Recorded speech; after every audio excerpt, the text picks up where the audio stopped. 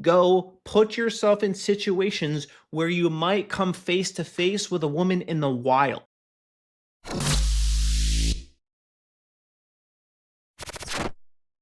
So there is this tweet making the rounds, and this is from Bizlet, 5 years on Tinder and swiped right 2 million times and got one date. It's time to Thailand Max, bro.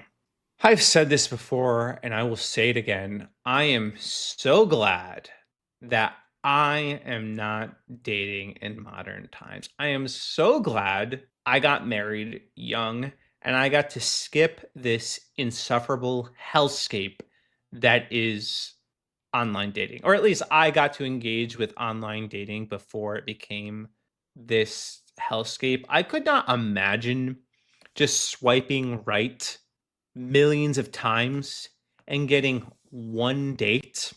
It's just kind of mind blowing. But I've seen people in this exact situation. I know somebody, a fairly attractive guy, got a good head on his shoulders, makes good money, but he cannot for the life of him find a quality woman. He can't do it. Now, he has a couple problems, much like this guy. He's a little overweight, needs to lose some weight. That's fine. And he needs to put himself in situations where he's actually meeting women. Now, what a lot of these people will do that have these use social media as their primary source of meeting women is that they'll have all their poles in one pond. They're fishing in one pond and not spreading out to multiple different avenues to catch a fish or get a girl. And I would say, if I were to tackle the dating market today, okay, suddenly I was single, okay, this is what I would do, okay, and I do believe it would work. I would keep the social media profiles, but I would make some significant changes. The individual that I'm thinking about, I'd make sure I looked clean and kempt. I would get a somewhat professional quality photo for my profile picture. I would do that. I would be well dressed for it. I'd put that on and I leave that up as just bait. If I get a bite, I get a bite. But that would not be the primary way that I tried to meet somebody.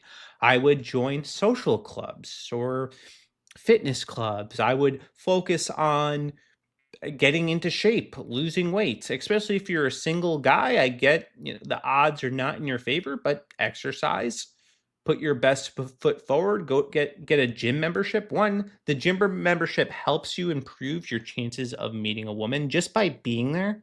Okay? It's very possible that you could meet a girl at the gym and maybe you meet somebody that's doing the same thing that you're doing, trying to get their life in order and get into shape. That's a good place. Two, every opportunity that you can do to put yourself in public, do it. Okay. Getting your hair cut, go to a salon. Okay. Now, this is a double edged sword because it could be very possible that you get somebody that messes up your head. So you should really go to a barber for that. But for dating purposes, go to a salon where it's primarily women and let them cut your hair. Will increase your chance of meeting a girl. Maybe it might even be the one that's cutting your hair. Join a church, okay? Join a small group. Get plugged in. Yeah, because if you want to meet a girl, you want to also meet a quality girl, okay? And you're more than likely going to find those in churches rather than bars and clubs. Club girls and bar girls are not the girls that you want to bring home to mom. All right. So your best chance is actually attending a church service to find a suitable partner. I recommend doing that. I think that is a good move and would be a net positive and would be a step in the right direction. So do that. So social clubs, go to the gym, get into shape, change your wardrobe, cut your hair. Oh, if you're young, go to college. You don't have to go to a 4-year school or anything like that if you don't want to spend money.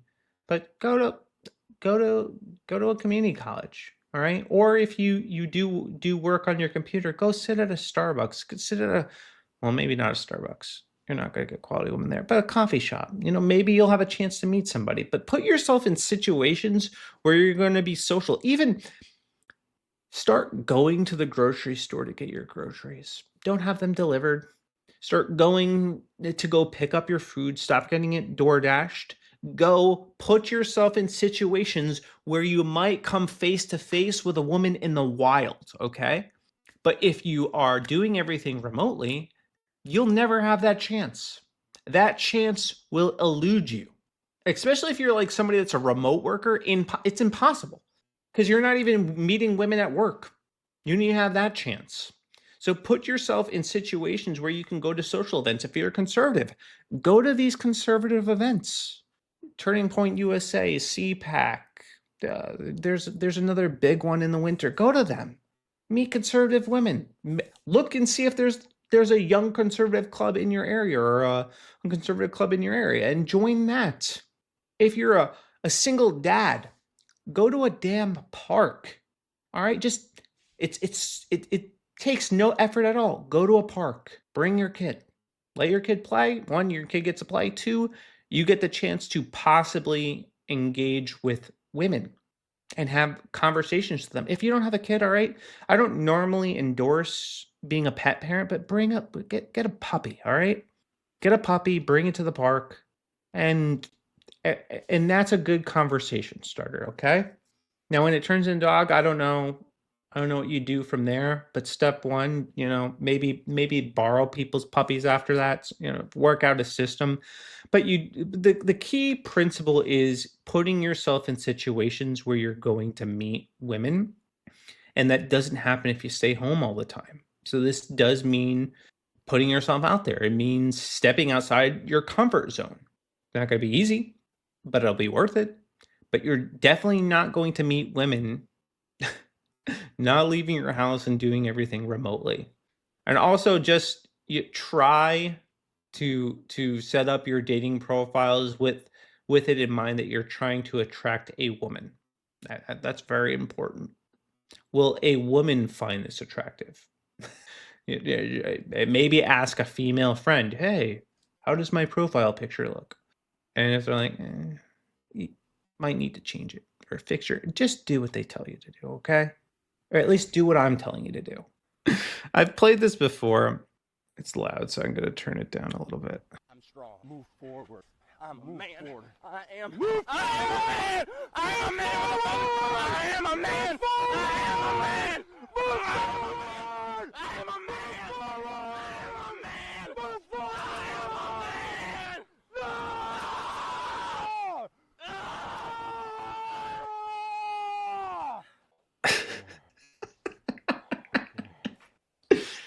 Gert, Gert. If all else fails, you could do for $18,000. You can basically be a homosexual. So the choice is yours. Take my advice or join a alpha male boot camp and become a closet homosexual. So I think my option is much better. Speaking of singleness, Japan, I guess, is taxing people for being single. In Japan, bachelor tax will be introduced from April 2026 due to decreasing of birth rate and low population in Japan. Basically, being single will be taxed. Nani? I will break it down. So the government, Japan will increase the tax to help raising a child. If you're single or married, not having children, doesn't matter.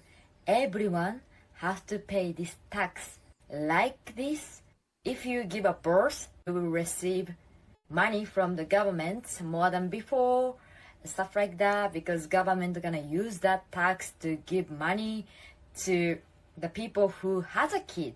Government wanna Japanese people to wanting kids, so they're introducing this bachelor tax. Do you think this will help Japanese people to make babies? I think it's a good idea. Yeah. Incentivize people having babies. I think the best incentive to at least financially, to let people have babies is just simply to abolish the income tax. But I've always found myself frustrated with the it's too expensive to have babies. Shut up. Shut up. All right. No, it's not too expensive. It's too expensive if you don't want to change your quality of life. It's too expensive if you want to continue living the same lifestyle you have always lived, but is not too expensive to have babies. It just isn't. I have babies. We find a way to make it work. And relatively, our lifestyle has gone unscathed. But even if it did, a sacrifice well worth it. I could give up the subscriptions. I could give up my snack breaks at lunch. I could give up going out to eat once in a while if it meant having another child. And I know that it's not too expensive for us to have kids because some of the poorest countries in the world are known for having a lot of kids. How is that? Well, that's weird. If it's too expensive for us, then why isn't it too expensive for them? Why, when I went to Nepal, did I see families with 5, 6 kids living out of mud huts essentially? It didn't seem finances didn't seem to be a barrier for them, and they seemed honestly just as happy as most of us are, maybe even happier. So they were able to do it. So why can't we? And I think the real answer to that is that most people don't want to sacrifice their quality of life to have children. And that they've been brainwashed into this idea that every kid needs their own room, that everybody needs their own space, that you have to have a house big enough for all the people. But the fact is that you can find ways to better utilize your space to make it more accommodating for more people. Now, I do think one of the biggest barriers in having kids is a lack of support. I am very fortunate that I have a strong support system. I have heavily involved in-laws. I basically have 3 sets of grandparents, which is amazing. So I can get that being a challenge, which is why I do think that overall we need to start returning to having multi-generational homes. It makes it a lot easier for child rearing. And I think that has been the way that we have done it for most of human history. So I think, hey, if it worked for them, why can't it work for us? And maybe returning back to that to make life a little bit more tenable for people that are aiming to have kids. But I do think the tax is overall a good thing.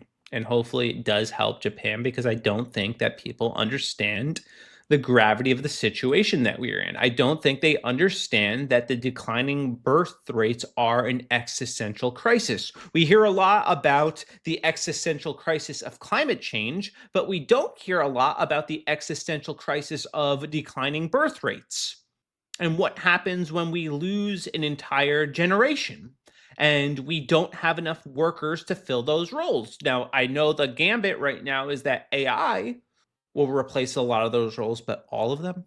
And what does that do to guarantee that the human race will continue if we keep at this trajectory?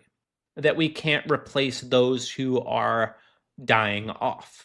If our workforce becomes fractured before we can actually build the AI infrastructure to hold it up. I don't know, man. It's not looking good, and it's going to be my generation's problem and my children's generation's problem. And I want to be somebody that helps try to solve that problem. So I am supportive of different ideas like this to try to combat the declining birth rates. I've said before, another way that we can combat declining birth rates is actually making more vehicles that are higher occupancy that can easily fit 7 to 8 people, no problem. And with car seats included, I think that would help increase the birth rates, or at least trying to find a way to cut some of the red tape and having things less regulated while also maintaining safety standards, because obviously we don't want babies to die in car accidents or anything like that. But I do think, yeah, that's a massive problem. And then also, we need to start doing things that genuinely make our population healthier so that they're not dying sooner than they need to, because this is going to be a massive problem. I don't think people get it. I really don't think people get it and why it's such an issue. So I do commend any country that is taking initiative trying to solve this problem, because it is a big one. It's a doozy. It's existential. And that is what we should be focused on, trying to reverse the trends. And obviously, at every opportunity, promoting the traditional family unit. That, I think, is a pretty big deal.